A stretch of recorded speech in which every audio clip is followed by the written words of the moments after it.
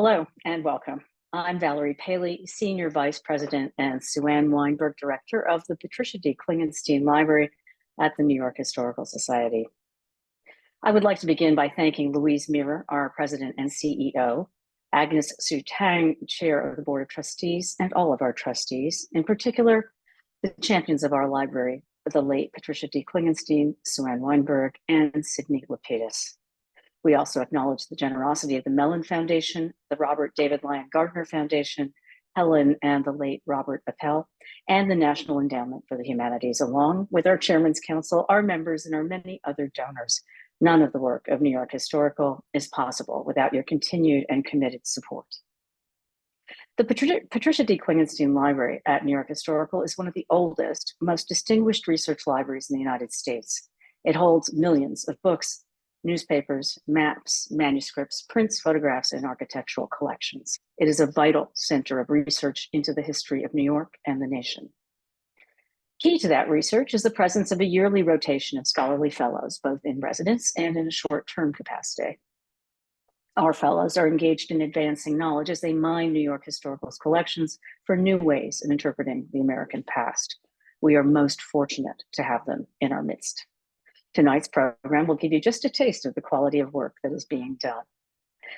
Great Falls, 3 glimpses into nature and work in 19th century Paterson, New Jersey, will last approximately 45 minutes, including 15 minutes for questions and answers, which you can submit via the Q&A function on your Zoom screen at any point during the presentation.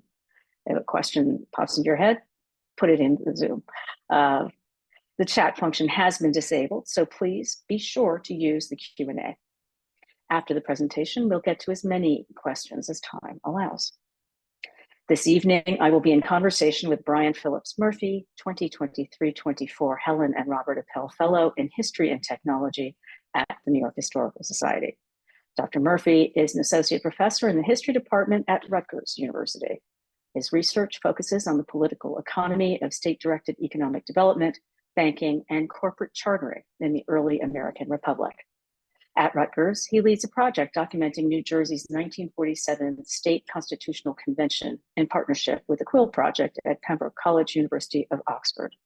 He is a faculty affiliate of the Rutgers University Center for State Constitutional Studies and a founding co-director of the Mediterranean Displacements Project.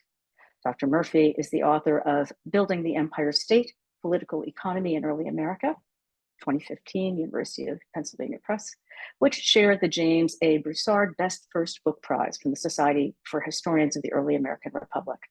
He previously served as manager of the U.S. Department of State's IDEAS, Increase and Diversify Education Abroad for U.S. Students, Capacity Building Grant Award, and was the guest curator of an exhibition on the history of banking in New York City at the Museum of the City of New York. He studied at Haverford College and earned his PhD from the University of Virginia. Welcome, Brian. Thanks a lot. And it's good to have this. Wonderful to sit and have a conversation toward the end of your fellowship of what your project, how your project has evolved. So just for background for our audience, give us a quick summary of what the project is and what its arguments, at least initially, were going forward. So the project is a history, I'm writing a history of Paterson, New Jersey. I had gotten interested in this because it's my earlier work is on corporations and New York. And one of the more bizarre corporations in the early American Republic is this thing called the Society for the Establishment of Useful Manufactures, which is the sort of corporate heart, beating heart, like at the center of Paterson, New Jersey in the 1790s. And I read the charter, and it's this bizarre I've read more corporate charters than anybody should in this period, and it's like a totally weird document that is a really huge grant of authority. And I was just interested, like, how did this happen? Like, where did this come from? What are the interests at stake, and what are the outcomes that result from it? So that's broad strokes. Yeah. Why Paterson? Well, I was born there. And Okay. my dad's family, the Murphy side, is from there, going back to the 1840s. So I've always had like an interest in the place. It's an Hmm. interesting city. Um, but But it's why not was a the place. society? Why was the Society for of Useful Manufacturers based in Paterson? Well, because there's a waterfall there. There's this really gorgeous there's this gorgeous spot, and I'll show you. I have it in a slide. There's this waterfall there, like a 77-foot waterfall, and the Passaic River runs through there. And the Passaic Mm-hmm. River spills out into Newark Bay and starts on a little farm in like Mendham, New Jersey, right in the really quiet countryside of New Jersey, and then does this like horseshoe around the northern end of the state and then dumps into the bay. And at Paterson, there's this huge elevation change. And one of the things that makes that a great spot to put factories is that you can, if you divert the water at that spot, you can run it through channels and then put it on a wheel, and the wheel will spin and turn the machine, right? And there just aren't a lot of spots in New Jersey where you can actually do that, where you have a dramatic elevation change with water. And there aren't many spots.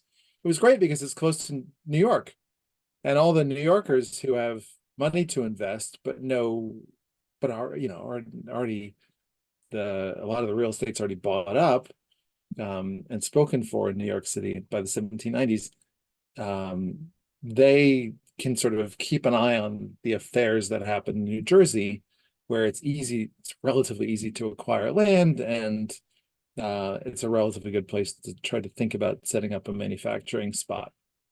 Hmm. That's interesting. Mm. So I'm assuming you first got interested in the subject because of growing up around there, but your larger scholarly work also dovetails with the banking piece and the manufacturing. But is there another reason why you first got interested in this subject? Yeah, I kind of had this. So my first that first book, and this is what happens, right? You work on a project, you get it done, and then you immediately see the things that you could have, would have, should have. Hmm. I wrote about the first thing I wrote about when, one of the first things I was interested in that made me want to be a professional historian is I was reading about how Aaron Burr was working in New Jersey politics at the time, right? So the like the most so for people who are not aware of this, right?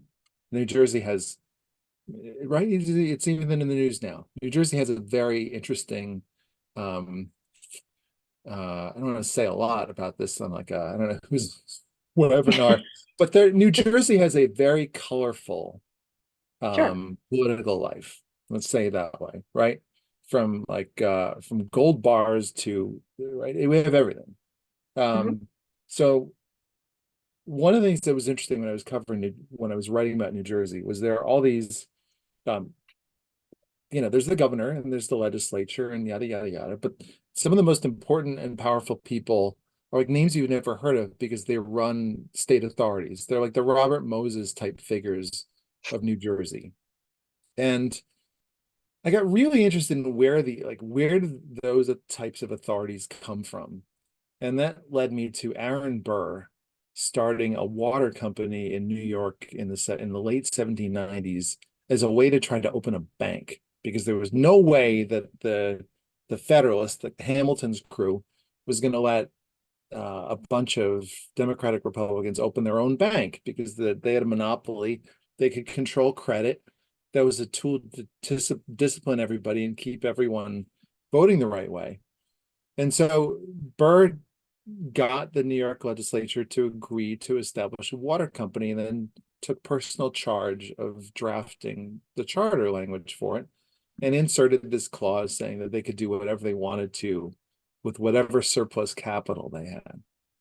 And so I was really fascinated by this. But one aspect that I didn't think about a lot at the time, and that sort of struck me later on more and more, is the issue of the control of water itself, right? Like there's the capital side of this, there's the money side of it, and there's the legal and political side of it.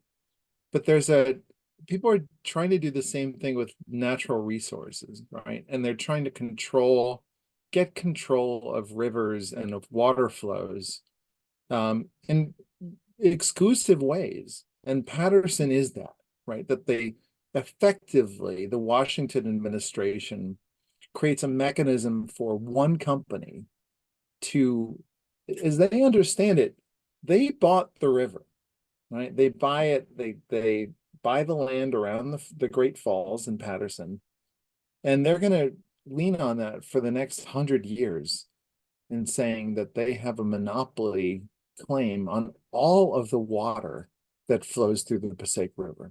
Anything that diverts from it, like the Morris Canal, which was built in the 1830s, they're going to go to court and say, look, you can't build this canal because you're taking water that's ours, right? It's not any water you divert from the river before it gets to us is negatively impacting us.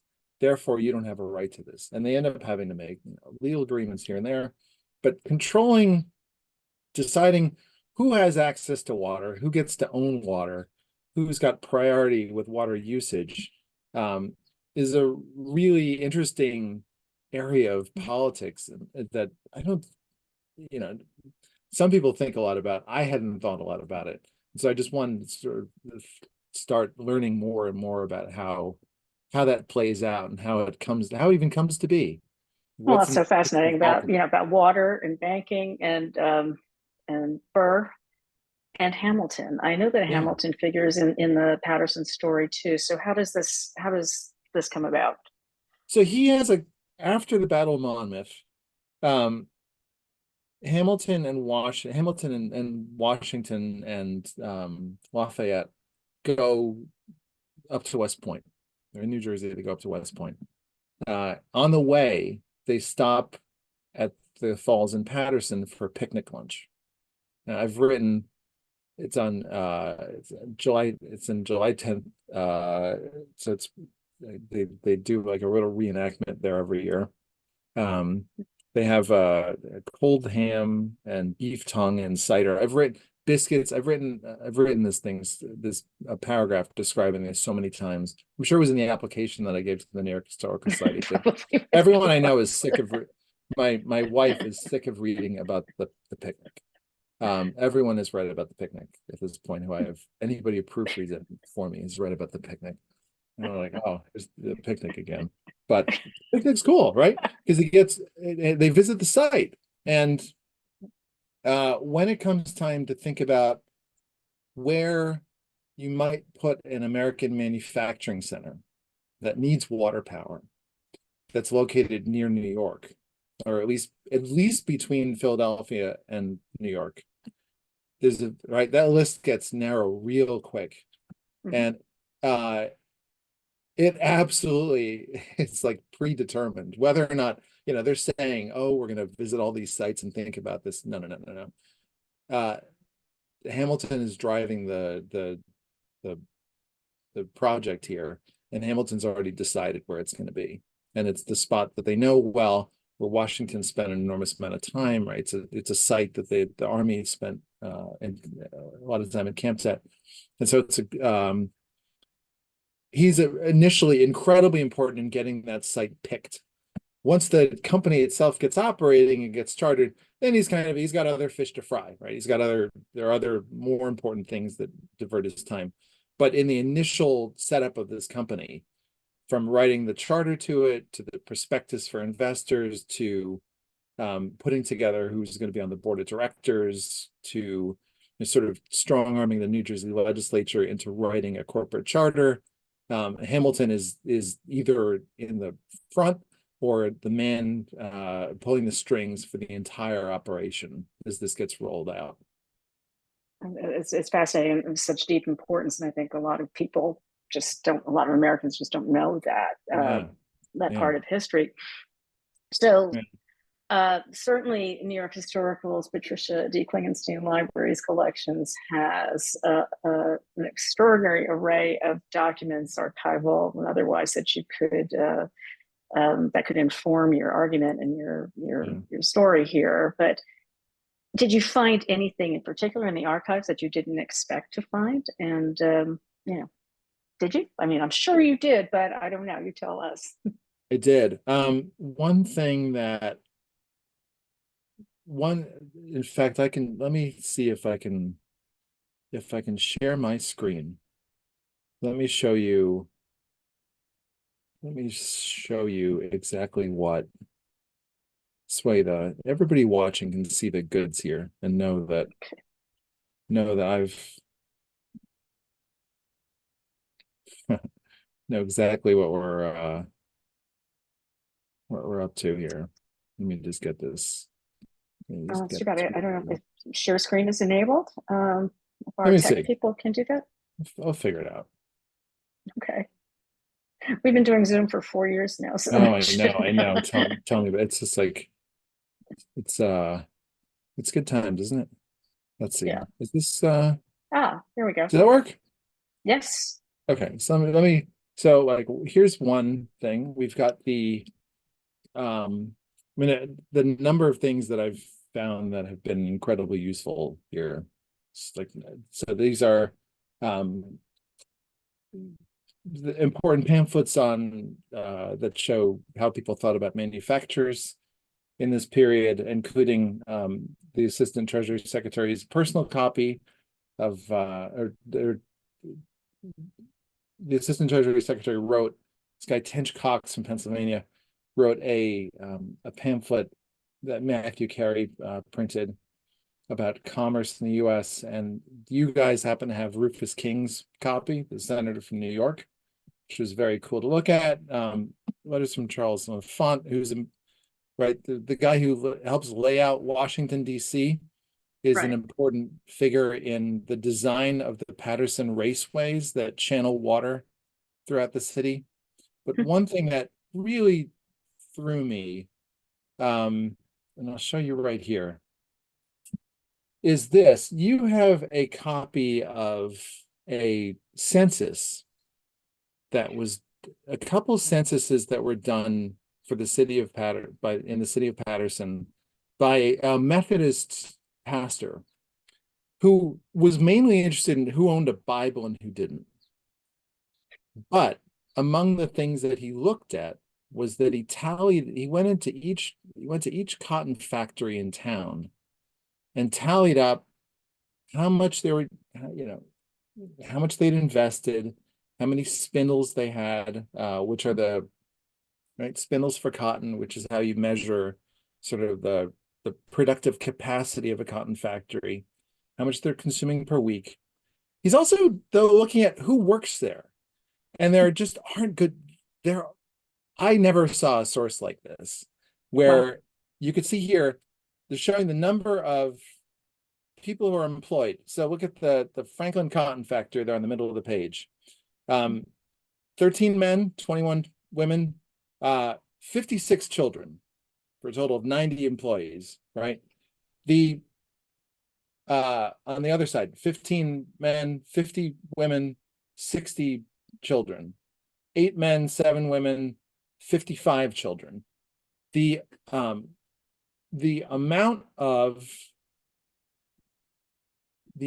child labor. Now, this is not a thing that I was expecting to get super drawn in by, but I knew there was some, right? Because they talk about it. They talk about the children of the factory at the ball when the first factories open. The amount of child labor that's being used in the city of Paterson in its cotton factories in the 1820s, 30s, 40s is not just a marginal amount of the workforce. It's an overwhelming portion of the overall workforce for the city. And that did you just stumble upon this document, or did you know we had it, or what? I knew you had it. I didn't. I figured I'd look at it and see what it's about. Just take a look, see what happens. And it totally blew my mind. And so that has gotten me much more interested in the labor questions around this than I had been when I initially started the project, right? Because there's a children's strike, really the first they call it a turnout, right? They don't call it they started calling it a strike, but the language they're using at the time is a turnout. It's basically a walkout. There's an enormous labor disruption in 1835 in Paterson when the children who work in the mills walk off the job because they're working 11, 12, 13-hour days, and they're asking for 10-hour days and to have Sundays off. And the mill owners won't agree to it. And there's strikes in Philadelphia. There's a strike in Philadelphia just before then. And so it's sort of a copycat thing, but it's really child-led. And it got me interested in sort of why, how child labor worked, how the labor regime inside these factories worked, and why child labor is such a, you think about, and maybe this is just me, but you think about something like water power, right? Water power there's something very benign about that. And it sounds, today it's green tech, right? We would love the idea of water power. Water power and child labor go hand in hand in this period. And that's partly because of the way that water-powered factories have to operate and can operate, right? You have this amazing moment, and this is what Hamilton talks about using child labor in the report on manufacturers. What does it actually look like? Well, the benefit of it is that you don't have to turn a machine off, right? Normally, you would have a horse would get tired, or you run out of timber, or you need to get more. Once you have coal-powered furnaces or something, right?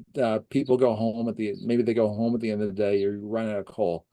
Water is the thinking at this point is that water is an infinite supply, and so you can build machines that you never have to turn off, and it's a completely different way of thinking. It completely blows people's minds and reorients them to what is now possible to do. And so you end up having these really long work days with machines. When you have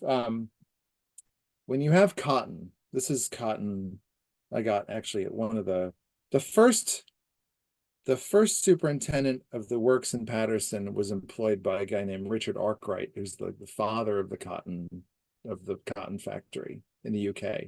He's brought over by Hamilton and Hamilton's brother-in-law, John Church, right? Angelica Schuyler's husband. When you take cotton, like it's a really weak, so pull apart, right?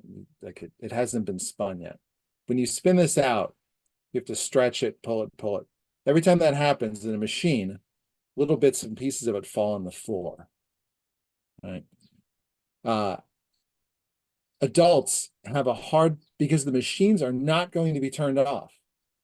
Adults are too big and too slow to run under the machines and get their hands in there and scoop up all these little bits of cotton that will otherwise gum up the works if they're not picked up. But kids can do it. And that's why kids become an essential part of the labor force in cotton factories, just because of the mechanics of how a cotton factory has to operate. Right, that there aren't like mechanized things to come sweep out all the cotton fibers or to get into these machines and do really delicate work.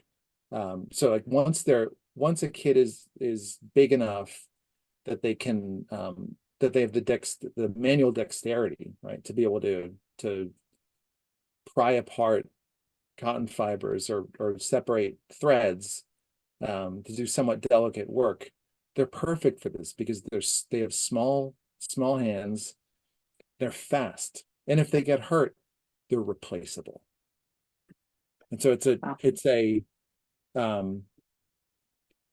like a fascinating dystopian, horrific, in so many different ways, but really interesting is I think a pairing with the idea of what a water-powered industrial city is going to have, right? And what comes with that. Because I wasn't that interested in work. Like, I mean, I'm in like, I'm interested in work, but I'm not disinterested in work. But I wasn't thinking about this stuff, and just like I hadn't thought about water in the Burr story, I hadn't spent a lot, I wrote about like the construction of the Erie Canal, and I wrote about it from the sort of political legislative side. And I didn't really spend a ton of time working on or researching who was doing the work or who was doing the building. And there's some of the sources that you have there in the library reveal so much about what the day-to-day labor can look like, right? And what's involved in this, that it now I'm much more interested in is like sort of situating Paterson in the world of cotton and silk and capital, and how the sort of how water, wealth, and labor all come together in a place like this to make to produce these goods, but what the human side of that really looks like. It's fascinating, and uh, this whole child labor angle, did this completely change your trajectory or your argument about Yeah, what you were, yeah, and like you, what I'm interested in. Yeah. mhm. And you started pursuing that child labor thread unexpectedly, really, or Uh-huh. what? Yeah, That's amazing. And did you find more sources about that in our I library? did. Yeah, because you have some stuff on this you have some stuff on the 1835 strike. You have there I found a newspaper clipping that was just great on there's a political economy writer named Harriet Martineau who I don't know, but like historians would know who she is. Probably civilians less so, but she's an interesting figure, and she shows up in Paterson right around the time of the child strike, and writes about she visits the factories just to tour it, right? Because this is the thing about Paterson, right? It's got this waterfall. The reason Hamilton was there because it's this beautiful spot, and so it's got this it's this interesting city in that it's got a mix of it's a beautiful spot with its own it's a natural wonder, um, but it's also like a industrial hub at the same time. And people are very good at separating these apart, right? And like they'll go visit the falls, but not pay attention to the factory, except in the 1830s, 40s, 50s. I found these great sources, and I'll share the screen again. I found these like phenomenal sources um, with look at here. I was going to show you pictures of you can see the floors of these factories, right? All Mhm. this cotton. And these are in New York City, actually.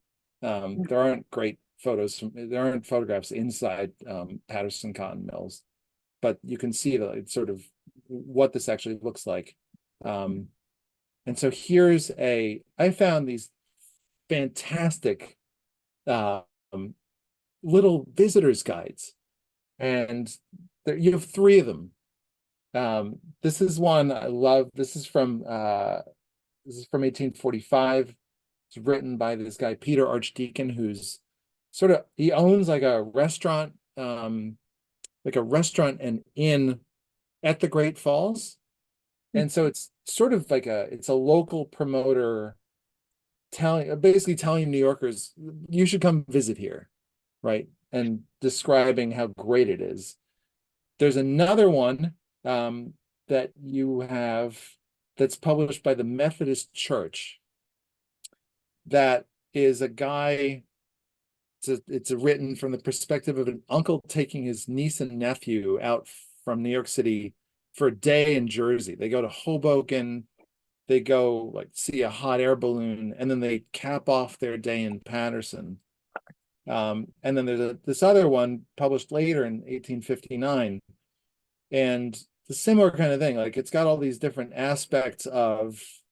um, different aspects of visiting the city and sort of promoting why one should do it. And they're totally fun. I'm working on an article on them right now because there are three of them. They're all they're tidy little sources, but they're great because everybody goes and visits a factory at some point, and they all talk about Interesting. how there are all these kids in there. Right? Really? And And they're not that doesn't bother them no, that no, no. It's a Methodist one. the kids asked the uncle, why did the factory boys and girls take their hats off when they saw you? And he says, oh, it's because I teach a Sunday school. Sundays are their day off, and I come in to run a Sunday school. And they're, by the way, they weren't supposed to do that because they're not allowed to talk when they're working. No. Right. They all and each of them has a story. It's like horrific. Each of them has a story about there's a preacher who comes through town at some point, and his wife falls. They're visiting the falls. His wife falls off the rocks and drowns in the river. All right. In each successive guide, that story gets more and more embellished. And in the year after, eventually, the story is not just that she fell, but that when he was preaching the day before, a blackbird landed on his lectern, and that was an omen. And that's published like 4 months after The Raven. That little detail gets added. So there's like enormously rich sources that like absolutely. Yeah, and evocative of exactly this time and place and what you're describing, which is I love that. I hope you found those sources early on in your fellowship as opposed to later. No, I did. I think those are like that's from December, like November, good. December. Well, that's good. I think I want to remind our audience that we are taking Q&A, and so please feel free to use the Q&A function for questions for Dr. Murphy. I'm sorry, I interrupted you. You had to finish that thought. Not at all. Okay. Not at all. We do have some questions that are coming up here, and the first is, how did the Paterson water system and usage compare with New England's system? So it's not as the Passaic River does not have the same flow rate as like Samuel Slater's what Slater's Mills drawn in Providence or in New England. So the Passaic River is not it's not the best. Once everybody starts calculating this in a more sophisticated way, you kind of realize that like it's not as good as what what New England rivers can deliver. Just because of the topography or just the size of the river, and the Passaic River does get dry. When there are droughts, it gets dry. And it gets low. And in fact, there's some periods where I don't know if I have a picture in the slide deck, but they are drawing so much water to power the factories that in the area below the falls, right? They're diverting it. In the system that L'Enfant designs for Paterson, and that eventually the Colt family, like the Colt revolver, that family follows through on. They divert the water before it gets to the waterfall, right? And then it goes through a bunch of canals that go underneath factories, and then it spins the wheel, and the wheel turns a belt, right? They're diverting so much water to power that stuff that very little is going over the falls, and they freak out in the 1830s because they're worried that the falls are going to go dry, and that's going to destroy the tourism side of the industry in the town. Or it's a sign like of overuse, right? That they don't have a concept.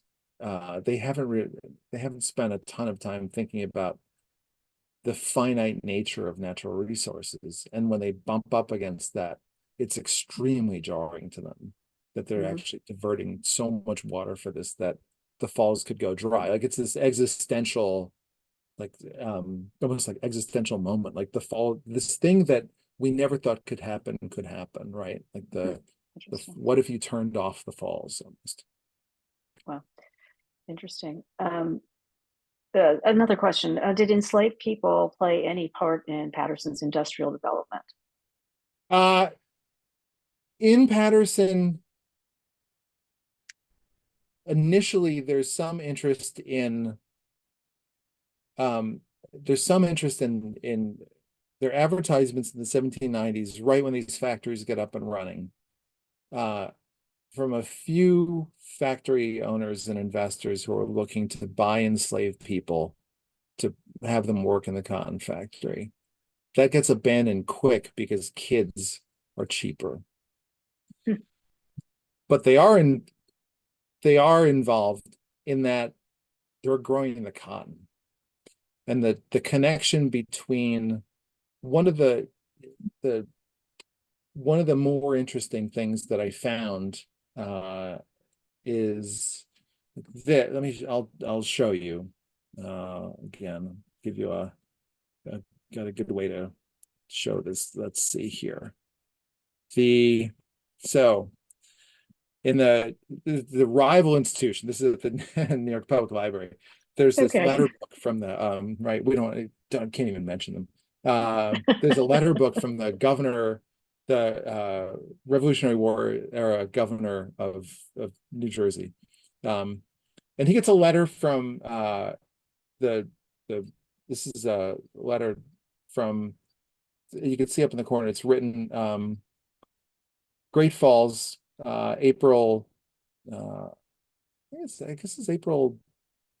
I can't tell. 13th. I don't want to guess. I think it's April 13th. It happens to be my birthday.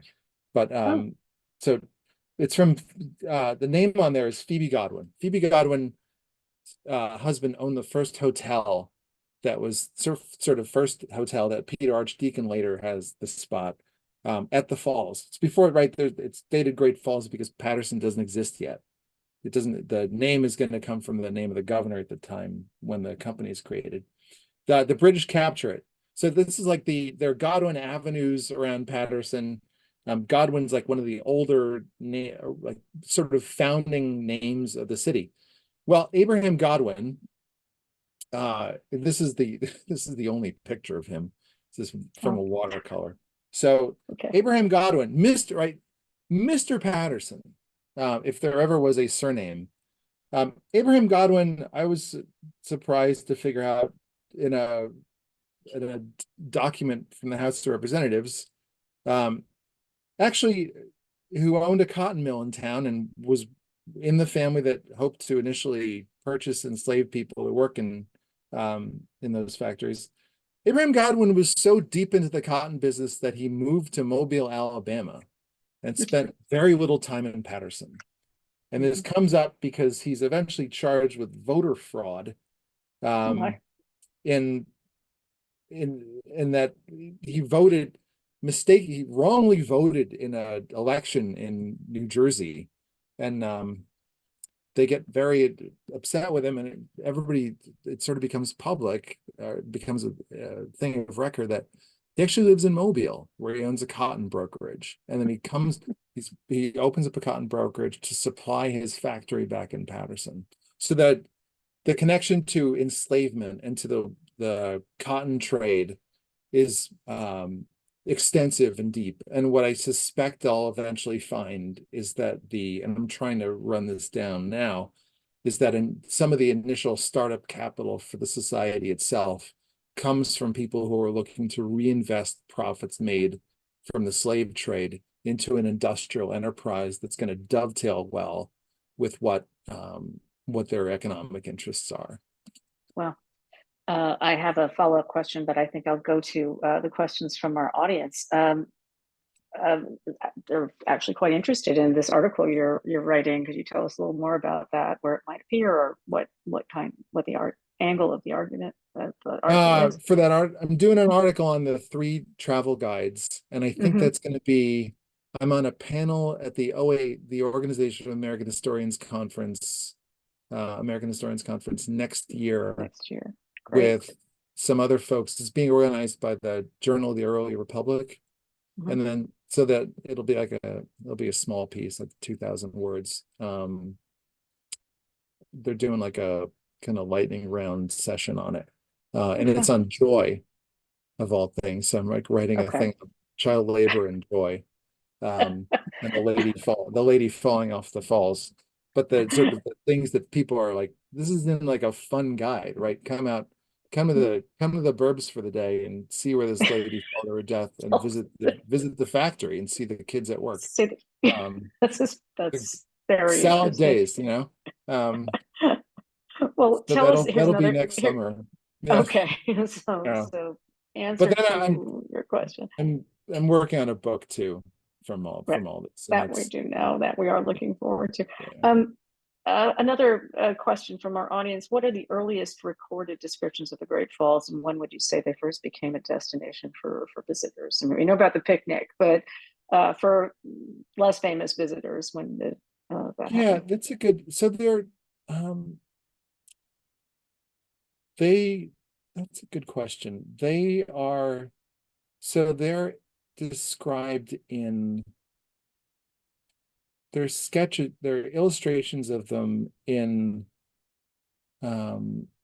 in the earlier 18th century, in guidebooks sort of published by or associated with like the colonial, with the imperial government, right? With the like British governors, the royal governors of New Jersey.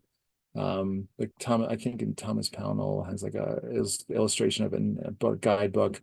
So there are like illustrations going back to the 1750s, but there are so it's a destination for a long time. I'm sure from colonization onward, but it's an interesting spot for indigenous history too, in that there are in the river there's still today uh, fish when there's a drought. If you're ever near the area, and there's a like come in like late July, and if you it's not a pretty drive necessarily, right? There's like a Home Depot on the highway and everything, but there are fishing weirs in the Passaic River near a town called Fairlawn, between Paterson and Fairlawn. And when the river gets low enough, you could still see them. And there's some of the earliest extant evidence of human settlement in the region, right? There's still three of them left. There used to be seven or eight, and a lot of them got destroyed. But there's still a few left. And when the water level gets low enough, you could actually see them. There's like V's, right, for trapping eels and fish that would have been This spun up as and that made. that that's remarkable, and that also kind of dovetails with our next question, which is: are the falls healthy today? Do people continue to visit? What happened at the factories? So now there's a national park there. There's a National Historic Park there at the spot that was established maybe 15 years ago. Um, they I initially worked on the historic resource study for that I've been doing some working in this area for a while. They get a lot of visitors. My daughter's Cub Scout pack took a tour there over the weekend. Great. They're they're putting a lot of investment into trying to make it a more tourist friendly area, but it gets a lot of visitors, and a lot of traffic. And I think the river is, before you get the Passaic River is tidal up to a certain point, and the part that's tidal is much more polluted than the part that's upriver from where it's tidal. So that the river near Newark is sort of now one of the most expensive Superfund sites. I think the most expensive Superfund site in the history of the project, because it's got I can't remember. It's got like a byproduct of Agent Orange was dumped into the river. That goes like all the way from Newark Bay up to Passaic. But above there, there's a dam there. Above that, it's not tidal. And so there isn't like water swishing back and forth. And up there, it's cleaner. It would eat fish that come out of it, but it's much cleaner than it used to be.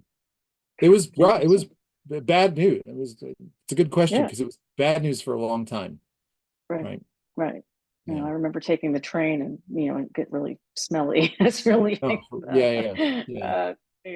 getting into New Jersey. But back to your project, I want you to sort of contemplate how might we think about the Industrial Revolution in the US based on this research when we read the final product? I think it's more state driven than we realize. So I think I think like in the case of Paterson,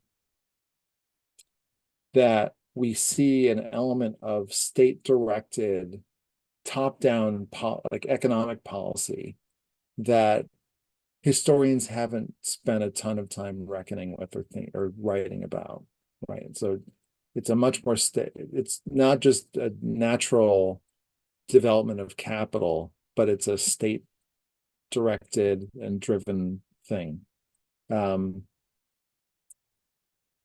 It's much more contested than we think about. And I think, I don't think you should, and I'm not sure, I don't think you can write about industrialization without writing about labor and without writing about enslavement together, right? They're not separable. I've read a lot of things where those topics get separated. And I think they're not, there's great history. I've been reading a lot of historiography from I read a lot of Italian historiography and I read a lot of Scottish historiography, and they're much better about sort of tying all these things together than some of my American colleagues are, which I probably shouldn't say. But I find that stuff really inspiring to read, because they're way better at thinking of asking questions like, where's they're better at following the money. And I think also drawing out, where are the people coming from? Where are the people working coming from? One of the things I didn't expect, as part of this, like who are the first factory owners who come to Paterson, or factory workers, right? And the very first group is a bunch of Scots who sailed from, I went there earlier this year. I'll show you exactly the spot. It's totally cool.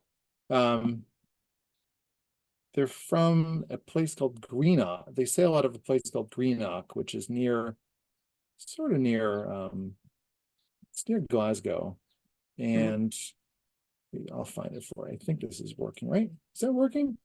No, it's Doesn't not look working. like it. That's terrible. It's terrible. It's the wrong It's okay. thing. We'll take your word for it. And I do think that, here we go. Here. I'll just show you real quick. Let's see, where is this? Here it is. Find a newspaper clipping that the first group that comes to Paterson, they're from they come on a ship called the Glasgow from Greenock, and I got to go to Greenock, and this is where they came from. This big harbor. It's sort of the gateway to Scotland. And there are a bunch of Scottish cotton workers that got turned out of the factory, like shut down, and 200 people got thrown out of work, and someone convinced them to come to the United States. To our advantage, but and they show up, they sail to Philadelphia and then get told, boy, do we have an opportunity for you. You're gonna go to this is, I think this we can't wait to see the final product, the book that will come from this research. It'll make a very important contribution to historical hope so. Period. And period is the way we look at this period in history. And we're very, very excited to have had you in our midst for 9 months. But we've unfortunately run out of time. So thank you so much, Brian Murphy, for being with us today. It was a pleasure talking with you. And for the rest of you, please sign up for our mailing list and follow us at nyhistory.org to get the latest on upcoming Fellows Talks like this one. Finally, the New York Historical Society is open Tuesday through Sunday. You can reserve your timed entry museum tickets on our website. And we hope to see you there on Central Park West to view the exhibitions Lost to New York, New York Before New York, and Women's Work, in addition to our numerous other offerings. Thank you again, and have a great night. Thank you so much.